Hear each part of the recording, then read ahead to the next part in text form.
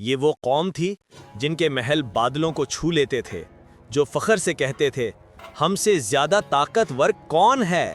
قوم عاد، ان کی جسمانی طاقت، ان کی عمارتیں اور ان کا شہر دیکھ کر لوگ حیران ہو جاتے۔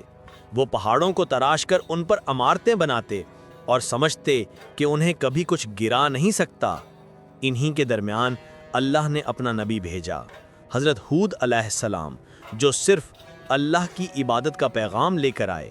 ہود علیہ السلام نے کہا، اے میری قوم، صرف اللہ سے ڈرو، اسی سے مدد مانگو، اسی کو رب مانو۔ مگر سردار ہنس پڑے، بولے، تو ہم میں سے ایک آدمی ہے، ہمیں اپنے باپ دادا کے مذاہب سے ہٹانا چاہتا ہے۔ وہ پتھر کے بتوں کو رب سمجھ کر ان کے آگے سجدہ کرتے اور سمجھتے کہ انہی سے رزق اور طاقت ملتی ہے۔ ہود علیہ السلام صبر کے ساتھ بار بار سمجھاتے رہے کہ جس رب نے تمہیں پیدا کیا وہی تمہیں پانی، ہوا، زمین سب دیتا ہے۔ پھر اللہ نے ان پر سوکھا طویل کر دیا، بارش رک گئی، دھرتی پھٹ گئی، چارہ ختم ہونے لگا، لیکن اس مشکل وقت میں بھی انہوں نے اللہ کی طرف رجوع کرنے کے بجائے بتوں کو پکارنا شروع کر دیا۔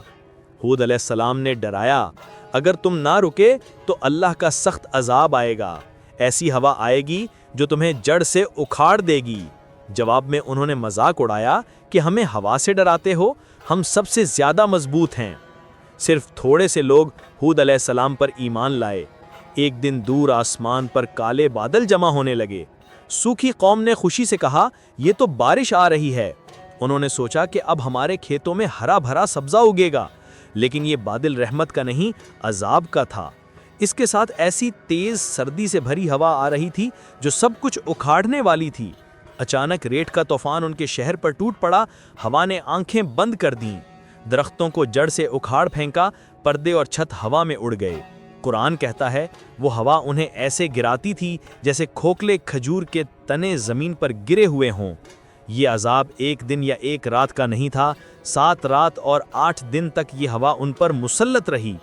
ہود علیہ السلام اور ایمان والے لوگ اللہ کے حکم سے محفوظ رہے۔ جب طوفان رکا تو دھرتی پر صرف ریت، ٹوٹے ہوئے ستون اور گرے ہوئے جسم تھے جو کل تک اپنی طاقت پر فخر کرتے تھے۔ اللہ فرماتا ہے، کیا تمہیں عاد کی قوم کا انجام نظر نہیں آتا؟ ان کے گھر خالی رہ گئے، ان کا نام صرف عبارت بن کر رہ گیا۔ آج ہمارے آس پاس بھی شہر اونچی عمارتوں سے بھر گئے ہیں۔ لوگ اپنی سائنس، طاقت اور مال پر فخر کرتے ہیں۔ گناہ، فحاشی، جھوٹ، دھوکہ عام ہوتا جا رہا ہے، لیکن لوگوں کو عذاب الہی کا خوف کم ہوتا جا رہا ہے۔ قرآن ان قوموں کی کہانی صرف ہسٹری کے لیے نہیں بتاتا، بلکہ وارن کرتا ہے کہ اگر تم بھی وہی راستہ اختیار کرو گے تو انجام بھی وہی ہو سکتا ہے۔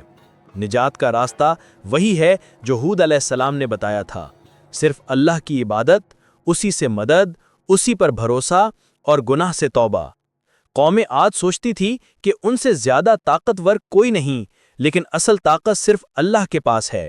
سوال یہ ہے کہ ہم اپنی طاقت پر یقین کر رہے ہیں یا اپنے رب پر؟